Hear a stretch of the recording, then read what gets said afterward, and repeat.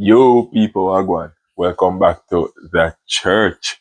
If you love the content of this channel, go ahead and subscribe to the channel. And of course, if you like today's video, click the like button. And if you want to share your thoughts, as a matter of fact, I would love to hear from you as it regards to this video that we have dropped today.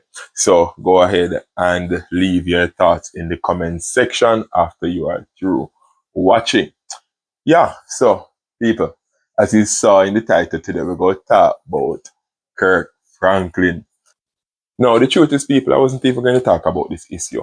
But when I browsed through social media and I looked on most of the platforms that I saw, talking about the whole thing that took place at Fun in the Sun with Kirk Franklin and so on. Most of those platforms are secular platforms. I don't remember or recall seeing any Christian platform that share their thoughts on it. Perhaps they did and I just not see it. But some of the sites as a Christian community and as a Christian YouTube channel in Jamaica, yeah, I can share my thoughts on this whole Kirk Franklin issue. So stay tuned.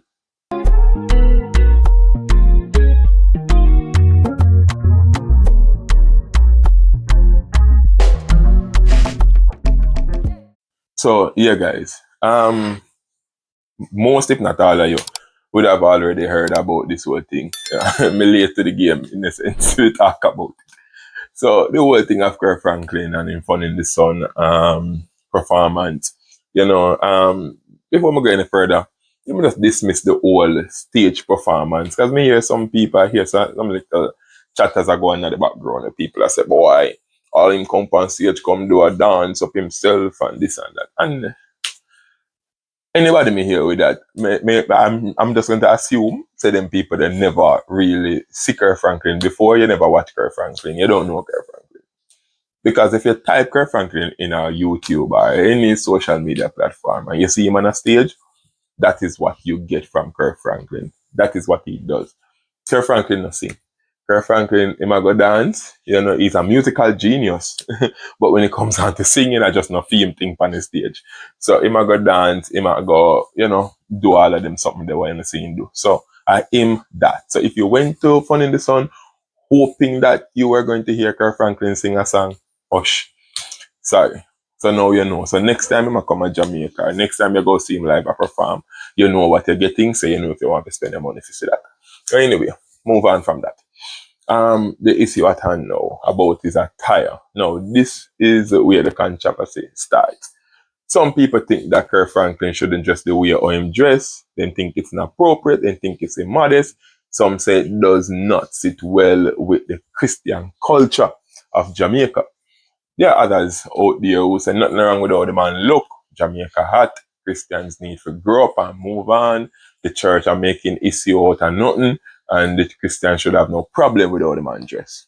Whichever side of the fence you fit pan, I don't know. And this is not even about picking a side of the fence right now. This video is not about that. This video is about, for me, the impact of Kirk Franklin's ministry on that stage, on that day. That is what I want to talk about. Why I want to talk about that.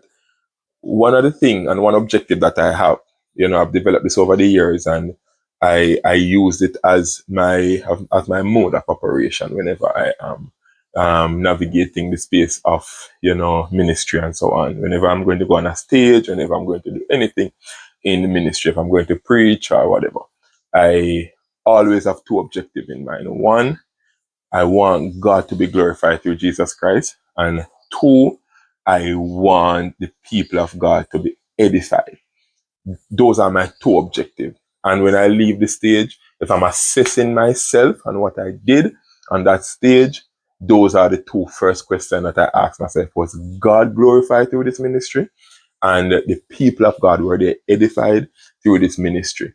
And those carry the highest mark for me in grading myself as a minister. No, I'm nowhere near them on the level of ministry and them and the crowd at them and the pull and the stage at them and the mount and all of that. But I feel that should be the modus operandi of Christian ministers. God must be glorifying our ministry and the people must be edified. And we must always seek to have that at the forefront of our mind whenever we enter a stage. Why is that important? It is important because that is what we are called to do, to edify the body and to glorify God. That is why God called us. That is why He sent us. That is why He gives us the command to go. And that is what He's expecting of us. Now, I've heard people saying that, but boy, that the dance all space, you see people on stage, I do this all the time and I do that all the time, and nobody now complain about it. But why them a complain now that the church and them say Kirk Franklin this and that in that light? The truth is, in dancehall space, so let me just throw that through the door again. In dancehall space and all of that, controversy is what sells. Controversy is what selling at for them world. It's about how can you have the media talking about you tomorrow morning for those who are in that space. So you have them guys there who are going to try to do whatever they need to do to ensure that they are the talk on social media. Everybody on social media talk about them. Every media host, they talk about them. Every front page is about them. They want that. No, as Christians, that's not our objective. We are not in it for the controversy. We are in it to ensure that the name of God is glorified and the people of God is edified. And that should be our objective when we leave the stage. Not about being controversial or starting a revolution or ready to, for show why the church is wrong or to fight the church on that platform. Now we go into the whole meat of the matter. I know that we have some traditional outlook, particularly with our dress code, particularly in our cultural context called Jamaica. I understand that. And for those who know me, you will know that I have serious issues with how we expect ministers to dress what we call church clothes. Anybody know me knows I'm about the whole something, then the whole concept of church clothes. I don't believe that there's anything called church clothes. I believe in modesty. I believe in holiness. I believe that there should be a standard. But when it comes on to what we identify, the jacket and the tie and the long sleeve, that we say this is church clothes, and for the ladies, the long dress and the big hat on their head and all of that, and the spiky shoes and all of that, which is for many of them, I hear them say it's uncomfortable anyway. But next story, and all of those things, what we call church clothes, I have serious issues with it.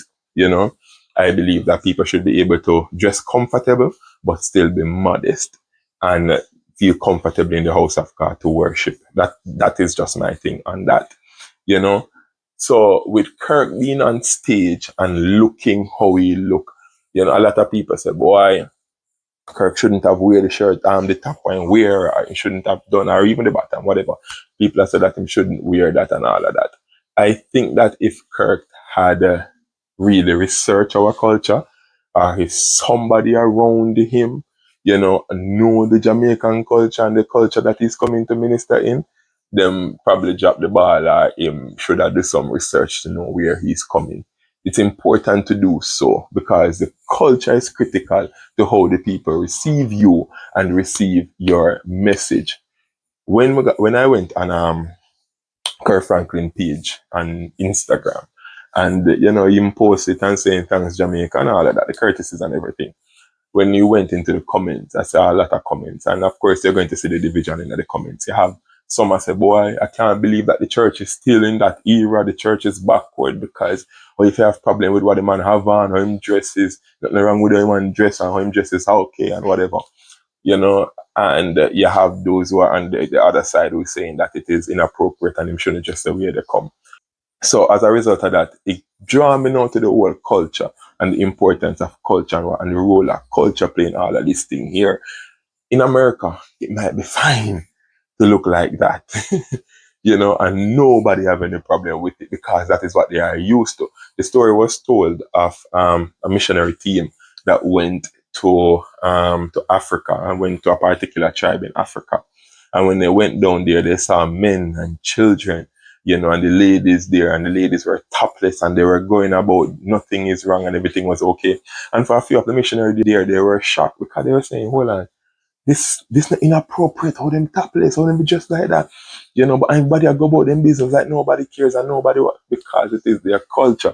The children born into that, the man them born into that, how them know that is what they are used too. As a matter of fact, in the story it says that they sent to America to buy top and so on for the ladies, and when they come back and give it to the ladies, they don't know what to do with it. Some put it on them head and all kind of stuff. Whether the story is true or not, the principle applies.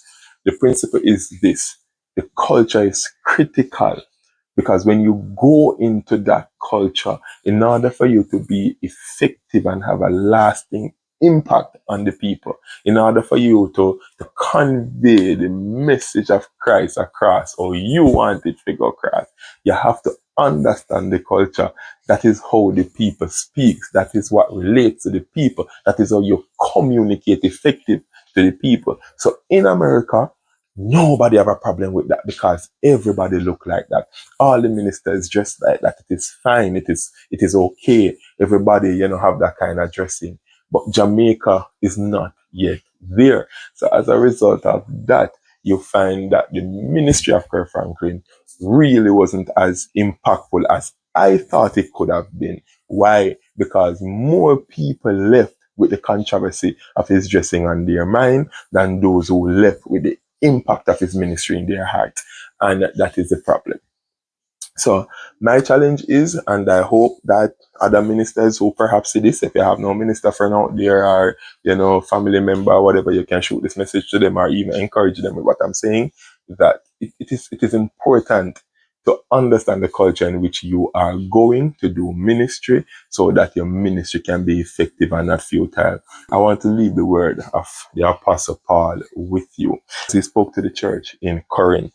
In 1 Corinthians chapter 9, verse 19 to 23, the text says, "Though I am free, belong to no one, I have made myself a slave to everyone to win as many as possible. To the Jews, I became like a Jew to win the Jews. To those under the law, I became like one under the law, though I myself am not under the law, so as to win those under the law. To those not having the law, I became like one not having the law, though I am not free from God's law, but am under Christ's law, so as to win those not having the law. To the weak, I became weak to win the weak. I have become all things to all people, so that by all possible means I might save some. I do all this for the sake of the gospel, that I may share in its blessings." And this is encouraging text that I want to leave with us today, right? It's important that we understand our context. And if it takes that we have to conform something like a shirt to put on a t-shirt as opposed to a tank top, we should be able to compromise that, so that the ministry can be effective. So guys, thank you so much for listening. Thank you so much for sharing this video, and thank you so much for subscribing. Please continue to put the video out there. Please continue to support this channel as we grow as a community. Bless up.